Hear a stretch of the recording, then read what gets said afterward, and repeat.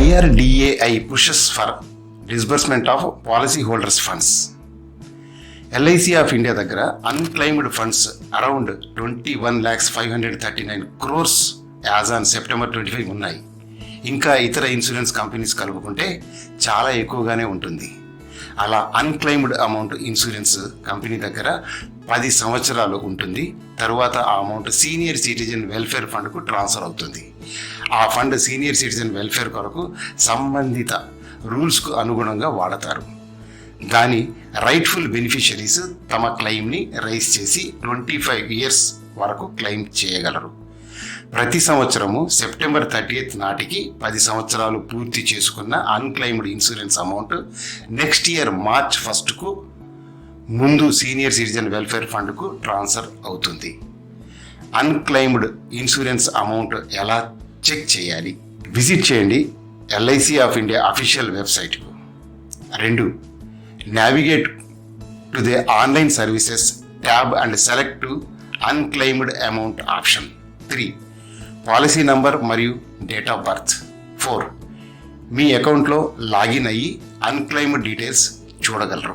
నమస్తే, I'm Sheikh Fakruddin, SBI retired assistant general manager, certified financial planner, investment advisor.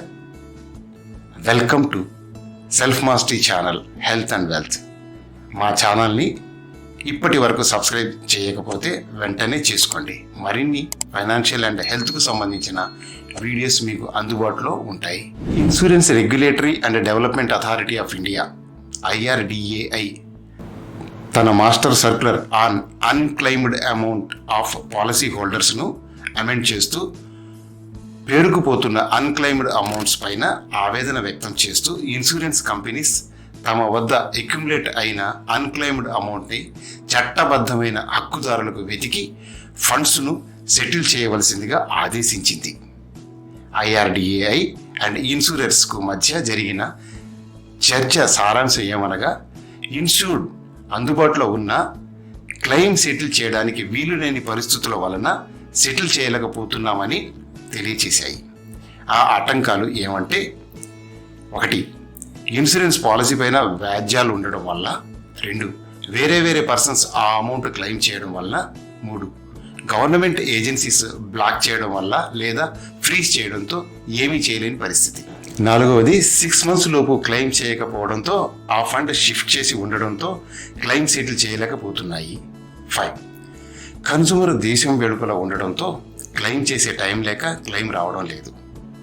IRDA తన master సర్క్యులర్లో చేసిన amendments ఏవనగా, 1. Due date అంటే ఏమిటి అని వివరించింది. 2. అన్క్లెయిమ్డ్ అమౌంట్ అంటే ఇన్సూరెన్స్ కంపెనీ ద్వారా అన్ని రకాల ప్రయత్నాల తర్వాత కూడా 12 నెలలకు మించి ఉంటేనే అన్క్లెయిమ్డ్ అమౌంట్గా నిర్ణయిస్తాయి. 3. గవర్నమెంట్ ఏజెన్సీస్ ద్వారా ఫ్రీజ్ లేదా బ్లాక్ చేసిన అమౌంట్ని అన్క్లెయిమ్డ్ అమౌంట్లో భాగంగా భావించకూడదు. 4. అన్ని రకాల ప్రయత్నం తర్వాత కూడా కన్సూమర్ ట్రేస్ చేయలేనప్పుడు మొత్తం అమౌంట్ అన్క్లెయిమ్డ్గా నిర్ణయిస్తారు. Insurance policy terms and conditions ప్రకారము కన్సూమర్ అంటే proposer, policy holder, life assured, nominee beneficiaries, మరే ఇతర పర్సన్ ఎవరైనా పాలసీలో ఫైనాన్షియల్ ఇంట్రెస్ట్ కలిగి ఉన్న వాళ్ళందరినీ కన్సూమర్గా ట్రీట్ చేస్తారు. IRDAI అన్ని ఇన్సూరెన్స్ ప్రొవైడర్స్కు ఈ అన్క్లెయిమ్డ్ అమౌంట్ను తగ్గించడానికి మార్గదర్శక నియమాలు సూచించింది. 1.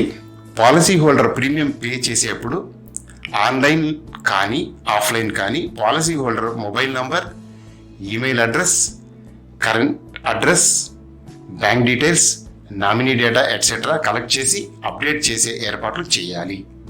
2.